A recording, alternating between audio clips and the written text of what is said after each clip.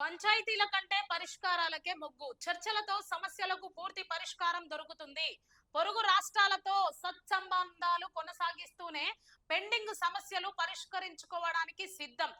AP ఒక అడుగు ముందుకేస్తే మేం 10 అడుగులు ముందుకేస్తాం. సయోధ్య పరస్పర సహకారంతో ముందుకు వెళ్దాం.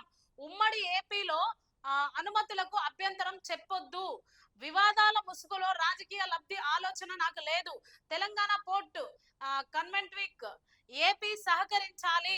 అమరావతి వృద్ధికి హైదరాబాద్ కూడా సహకరిస్తది అని చెప్పేసి సీఎం రేవంత్ రెడ్డి మాట్లాడడం జరుగుతుంది. ఏపీ ఒక్క అడుగు మాతో కలిసి ముందుకు వేస్తే మేము 10 అడుగులు కలిసి ముందుకేస్తాం. ఎందుకంటే ఉమ్మడి రాష్ట్రంగా ఉన్నప్పుడు ఆ అప్పుడు కొన్ని ప్రాజెక్ట్స్ ఆగిపోయినాయి కదా, అవి మళ్ళీ ఇప్పుడు మనం కలుపుకొని పోదాం, సత్సంబంధాలు కలిగి ఉందాం అని చెప్పేసి సీఎం రేవంత్ రెడ్డి ఎవరికి చూడండి చంద్రబాబు నాయుడుకు సూచనలు ఇస్తున్నాడు అనమాట. మనం అందరం కలిసి వెళ్దాం, ఈ నీటి గురించి వివాదాలను పక్కకు పెట్టండి, అందరం కలిసి వెళ్తే అమరావతిని డెవలప్ చేసుకోవచ్చు. అట్ ద సేమ్ టైం ఏవైతే ప్రాజెక్టులు ఆగిపోయాయో అవి కూడా మనం ముందుకు తీసుకెళ్దాం అని చెప్పేసి రేవంత్ రెడ్డి చంద్రబాబు నాయుడుకు తెలియజేయడం జరిగింది.